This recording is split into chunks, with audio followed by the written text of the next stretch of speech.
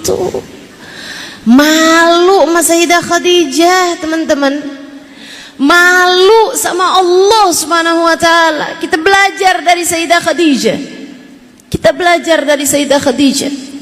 Sayyidah Khadijah tuh habis-habisan hartanya buat Nabi besar Muhammad.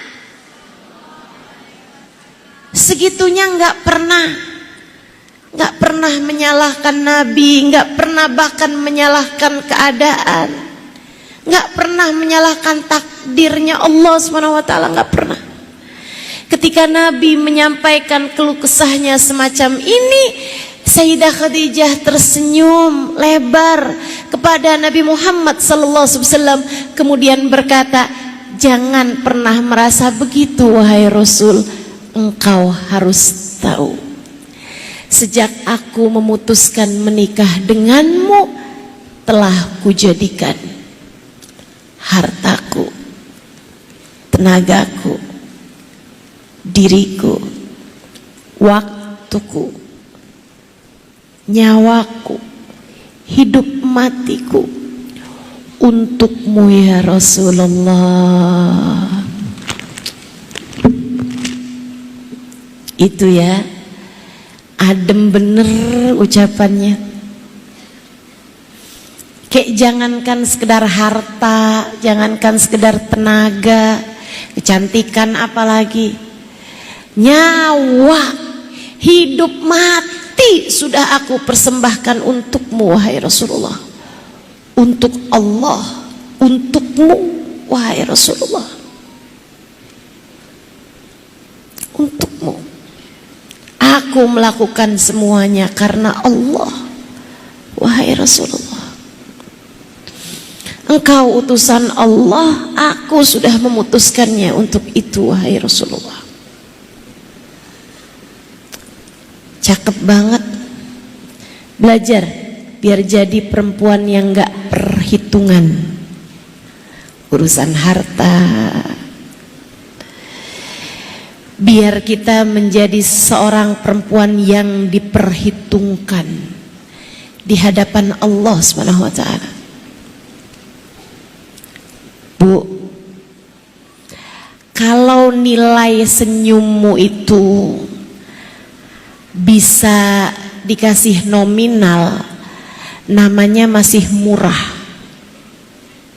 Saya kasih tahu nih, para istri, kamu kalau kepengen jadi perempuan yang berharga, perempuan yang tinggi nilainya, bikin senyum kamu, diri kamu, pelayananmu kepada suami kamu tidak bergantung dengan nominal, tidak bergantung sama berapa transferan suami. Kalau masih yang cemberut aja diliatin sama suami, terus suami bilang kayak begini, udah tuh, apanya? Transferannya. Habis itu dilihat, transferan 10 juta, senyumnya langsung lebar. Nilai senyummu 10 juta, kamu murah teman-teman, kamu murah. Yang mahal adalah ketika dalam keadaan seperti apapun sang istri mampu tersenyum kepada suaminya, kamu benar-benar berkelas. Yang demikian harganya tak terbatas. Kalau masih ukurannya tuh 10 juta bahkan 100 juta, kamu murah. Yang mahal adalah ketika dalam keadaan ekonomi kamu sedang sangat terbatas sekalipun, ketika sang suami berkata, maafkan saya, hari ini kita sudah benar-benar sudah tak ada lagi uang yang tersisa, dan senyum kamu masih mengembang, kemudian kamu berkata, enggak apa-apa, kita punya Allah yang tak akan membiarkan keadaan kita kesulitan di atas muka bumi ini. Tuh, mahal nilai kamu. Tuh, berharga nilai kamu. Harganya apa Ustazah? Saya kasih tahu.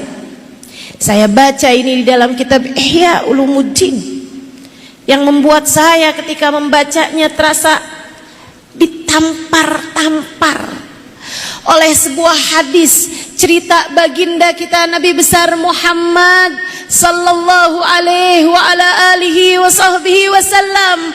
Nabi Muhammad bercerita, idza saran nas fil mahsyar, ketika manusia sedang berada di padang mahsyar, ketika manusia sedang berada dalam ketakutan, ketika sebagian orang tenggelam oleh keringatnya sendiri, kepanikan masing-masing dengan keadaan-keadaan mereka, tiba terlihatlah cahaya yang sangat terang, kemudian gemuruh. Mereka semuanya menundukkan kepalanya. Mereka semuanya menundukkan pandangan matanya, hingga kemudian terdengar suara, ya ahlal mahsyar irfa'u ru'usakum. Wahai penghuni mahsyar, angkatlah kepala kalian. Wahai penghuni mahsyar, angkatlah kembali pandangan mata kalian. Cahaya ini, keagungan ini bukanlah Allah hendak menampakkan diri, melainkan ini adalah penghormatan Allah untuk fulanah bintu fulan, fulanah bintu fulan, disebutkan nama perempuan, perempuan. Kemudian disampaikan mereka adalah perempuan-perempuan yang mampu tersenyum tulus kepada suaminya. Harganya cahaya di padang mahsyar, harganya adalah kemuliaan di padang mahsyar, harganya adalah penyebutan nama dan pencapaian di padang mahsyar. Jangan mau jadi perempuan murahan, apalagi yang terus-terusan nuntut aja sama suami urusan rezeki. Gak gitu caranya jalanin hidup, Kak. Gak gitu caranya jalanin hidup, Dek. Kita perempuan semoga naik kelas. Tentu tak mampu kita mengikuti jejak langkah Sayyidah Khadijah. 3 hari nggak masuk makanan apa-apa, lapar luar biasa. Ketika datang susu yang sembunyi-sembunyi dimasukkan ke dalam rumah mereka, beliau malah memberikannya kepada suaminya. Minumlah wahai Rasulullah. Bagaimana denganmu Khadijah? Minumlah engkau terlebih dahulu wahai Rasul. Kok bisa begitu? Kenapa bisa sekuat itu? Kenapa bisa sehebat itu, setegar itu? Teman-teman, kalau yang dicintai Sayyidah Khadijah adalah Muhammad anaknya Abdullah yang ganteng itu, tak akan Sayyidah Khadijah sampai sebegitunya. Kalau yang dicintai Sayyidah Khadijah adalah Muhammad anak yatimnya Abdullah, adalah seorang pemuda yang baik hati itu, nggak akan segitunya Sayyidah Khadijah. Lapar beliau, haus beliau, tapi dipersembahkannya hanya semangkok susu tersebut kepada suaminya. Tapi yang dicintai Sayyidah Khadijah adalah Sayyiduna Muhammad Rasulullah. Beliau melihat Allah dalam diri Nabi Muhammad. Seolah Sayyidah Khadijah menyampaikan, engkau utusan Allah, engkau harus tetap hidup wahai Nabi Muhammad. Engkau utusan Allah. Aku adalah umat yang akan tetap menjaga dirimu wahai Rasul. Maka semangkok susu ini adalah untukmu. Tak mengapa aku meski harus mati kehausan dan kelaparan sekalipun, untukmu wahai utusan Allah, sebab engkau adalah utusan Allah. Allah besar di hati Sayyidah Khadijah. Allah besar di hati Sayyidah Khadijah. Untuk Allah, Sayyidah Khadijah akan melakukan segalanya. Untuk Allah, Sayyidah Khadijah akan melakukan segalanya. Disitulah sumber kekuatan dan ketegaran hati Sayyidah Khadijah bintu Khuwailid.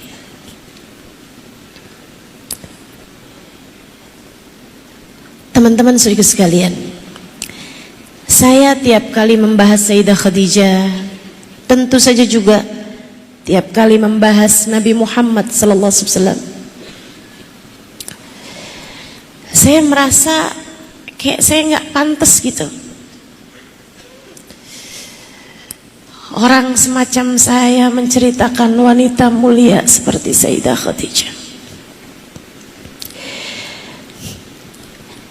Saya merasa nggak pantas gitu. Orang semacam saya menceritakan tentang baginda mulia Nabi besar Muhammad.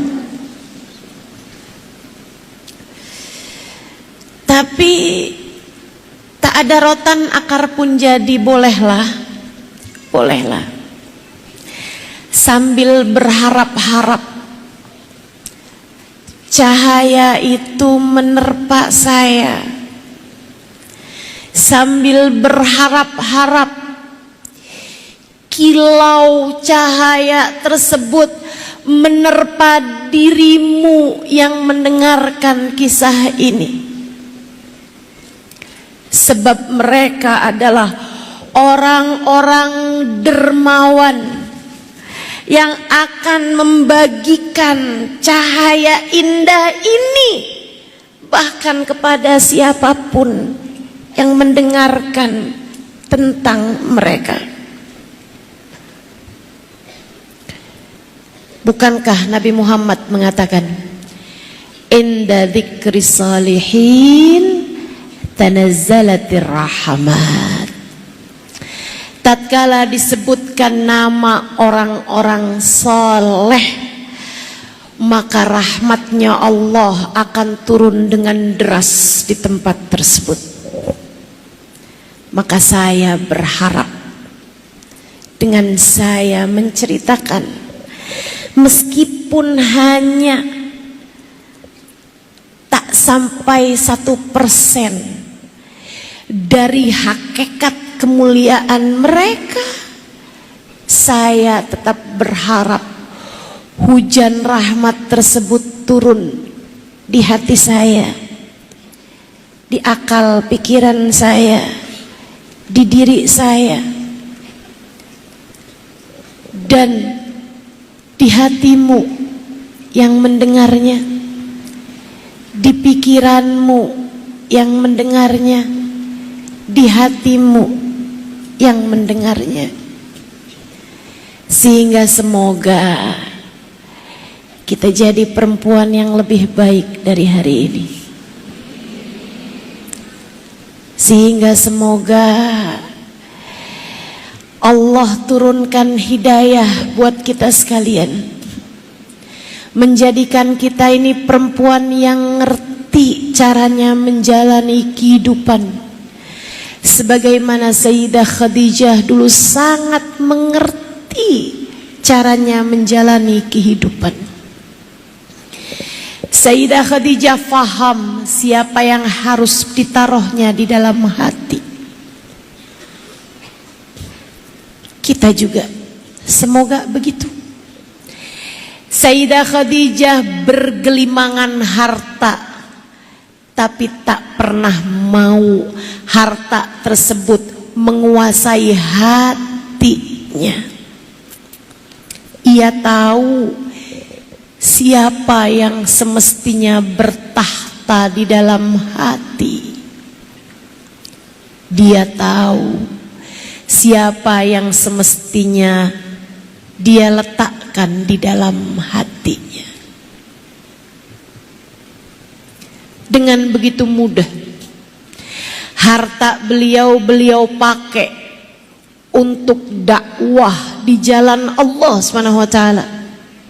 Kamu tahu, Nabi Muhammad itu di awal-awal Islam belum banyak orang mau nyumbang dakwahnya Nabi. Emang Nabi perlu apa dengan harta di awal-awal Islam? Perlu banyak sekali harta. Kenapa? Karena ada banyak orang-orang yang masuk Islam justru dari kalangan budak-budak belian. Budak-budak yang dijual. Dan karena mereka masuk Islam, tuan mereka, majikan mereka menyiksa mereka habis-habisan. Dicungkil matanya, disabeti dengan apa tuh namanya, cambuk tubuh mereka. Bahkan ada di antara mereka yang tubuhnya diikat dengan tali, talinya dipegangkan pada seekor kuda dan kudanya kemudian diminta untuk berlari. Tubuhnya terpental sana sini di jalanan yang ditonton sama orang untuk ngasih tahu, kalian para budak kalau masuk Islam kayak begini kami akan memperlakukanmu. Kayak apa rasa hatinya Nabi Muhammad? Berulang kali Nabi Muhammad menceritakan itu kepada Sayyidah Khadijah, dan belilah budak tersebut, merdekakan saja wahai Rasulullah. Belum lagi orang-orang yang karena masuk Islam ditinggalkan keluarganya. Sayyidah Khadijah dengan hartanya kasih penghidupan kepada mereka semuanya.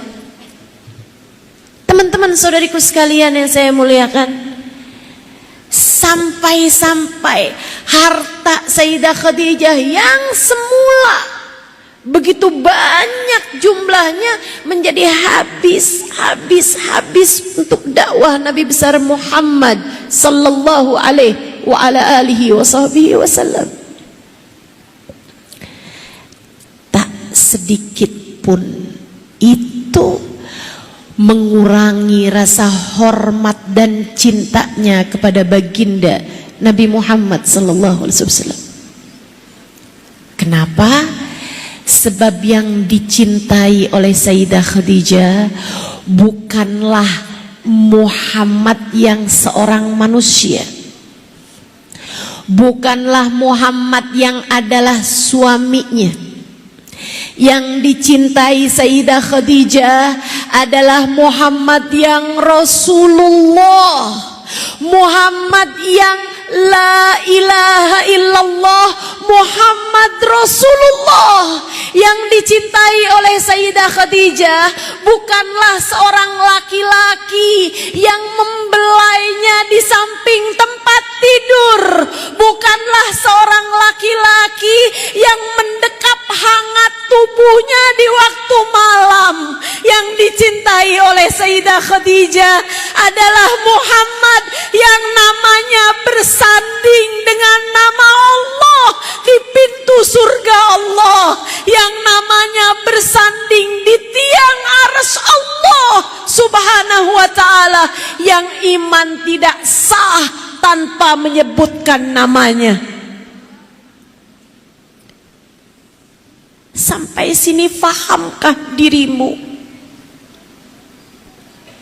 Yang dicintai oleh Sayyidah Khadijah dari Nabi Muhammad bukanlah Muhammad yang suaminya, melainkan Muhammad yang kunci surga berada di tangannya.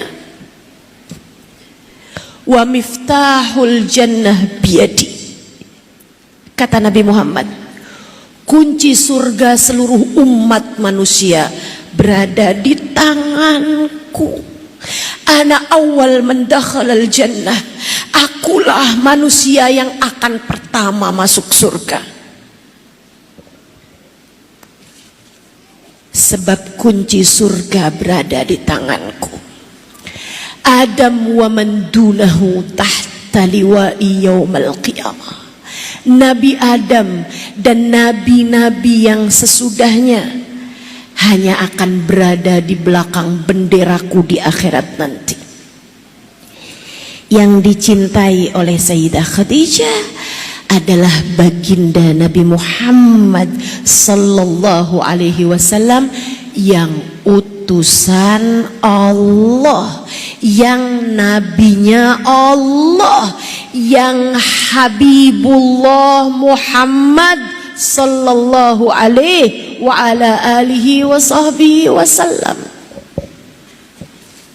Jadi kamu gak bisa bilang, Ustazah, berarti saya harus mencintai suami saya dengan sangat dalam, seperti mana Sayyidah Khadijah mencintai suaminya dengan sangat dalam. Bukan itu pelajarannya. Pelajarannya adalah kamu harus mencintai Nabi besar Muhammad dengan sangat dalam, seperti mana Sayyidah Khadijah mencintai Nabi Muhammad dengan sangat dalam. Saudariku sekalian yang saya muliakan, Allah wa Rasuluh ada di dalam hati kamu, kamu akan menjadi perempuan kuat luar biasa.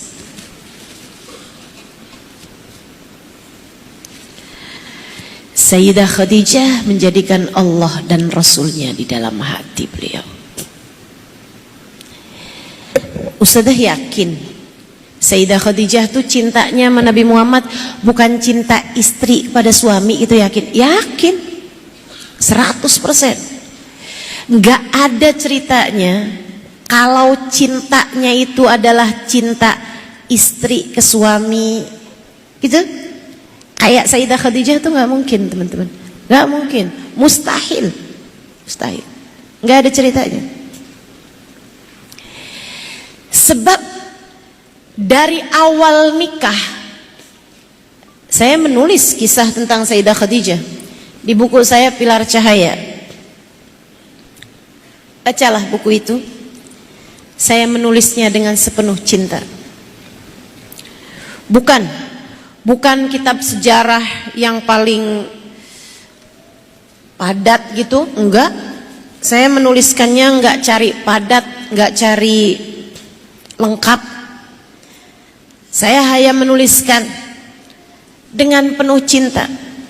Nah, kalau kamu mau kenal Sayyidah Khadijah dan belajar biar punya cinta sama beliau, sebagaimana dengan 4 sahabat lain, 3 sahabat lain yang juga saya tuliskan di Pilar Cahaya itu, saya menuliskan 4 orang pertama yang masuk dalam ajaran agama Islam, 4 pengikut Nabi Muhammad pertama, Sayyidina Abu Bakar, Sayyidina Ali, Sayyidina Zaid bin Harithah, dan Sayyidah Khadijah.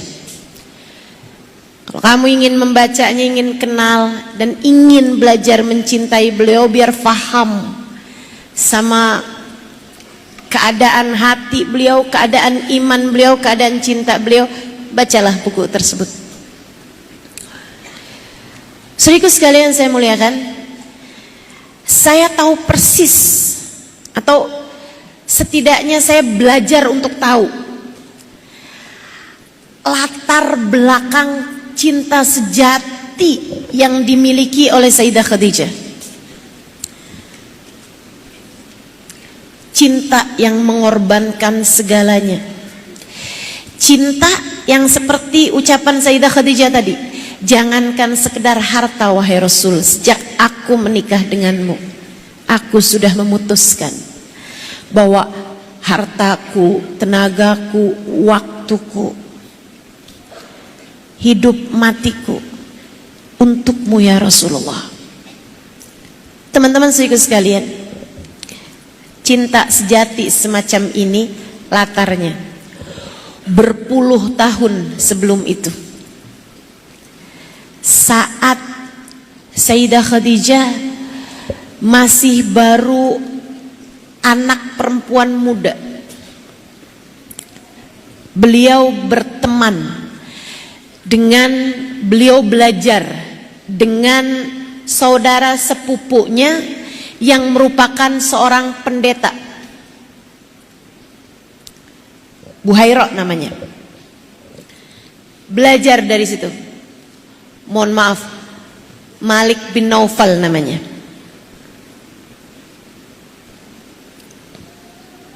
Belajar dari beliau, diberitahu bahwa nanti akan ada seorang Rasul begini begitu, diberitahu tentang Allah Subhanahu wa taala. Sehingga Sayyidah Khadijah, perempuan yang beriman kepada Allah Subhanahu wa taala dari sejak mudanya, karena berteman, beliau diajarin berguru sama sepupunya ini. Beliau mengenal kisah-kisah Nabi Ibrahim, kisah-kisah Nabi Ismail. Beliau tinggal di dekat Ka'bah, faham betul asal muasal Ka'bah sebagai Baitullah, sebagai rumah Allah Subhanahu wa taala. Saudaraku sekalian yang saya muliakan, suatu hari, dan ini yang perlu saya garis bawahi, di zaman itu tuh perempuan, jangankan perempuan, laki-laki sekalipun sedikit sekali yang bisa baca tulis, dan Sayyidah Khadijah menjadi salah satu dari yang sedikit itu. Dari kecil, saat perempuan-perempuan yang lain tuh bicara tentang kecantikan, bicara tentang makanan, bicara tentang kaum laki-laki pengen jadi istrinya siapa, yang dipikirkan Sayyidah Khadijah adalah justru tentang para nabi-nabinya Allah, tentang menjadi hamba yang dicinta sama Allah, tentang bahwa Allah lah sang pemberi kehidupan kepada umat manusia. Maka dari kecil kebiasaan Sayyidah Khadijah adalah tawaf di Ka'bah. Teman-teman saudaraku sekalian, suatu hari Sayyidah Khadijah bermimpi. Beliau melihat cahaya sangat terang sekali turun dari atas langit. Cahaya tersebut kemudian turun sampai masuk ke kota Mekah, turun sampai ke daerah tempat mereka tinggal, turun kemudian sampai jatuh di atas rumah beliau, kemudian turun lagi sampai jatuh di pangkuan beliau.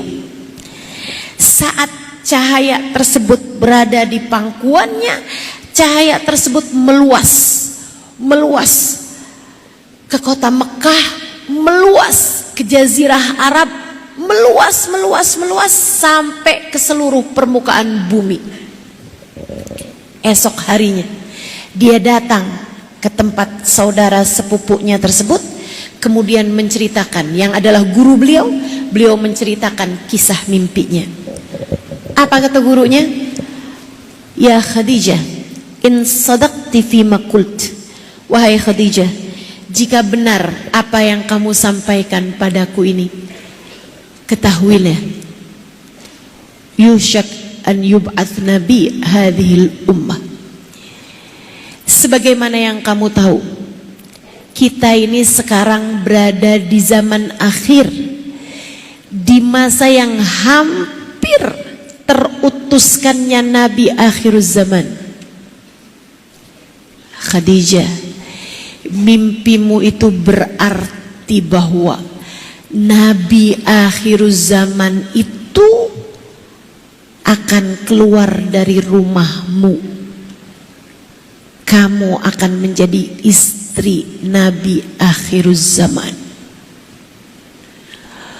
Berbinar mata Sayyidah Khadijah. Ya Allah, ya Allah. Bukan yang diinginkan Sayyidah Khadijah, wah jadi perempuan terkenal, wah jadi istri Nabi, enggak gitu. Tapi wah, dekat jalanku dengan Allah, dekat jalanku dengan Allah. Saudariku sekalian yang saya muliakan, satu hari beliau datang ke Ka'bah untuk tawaf.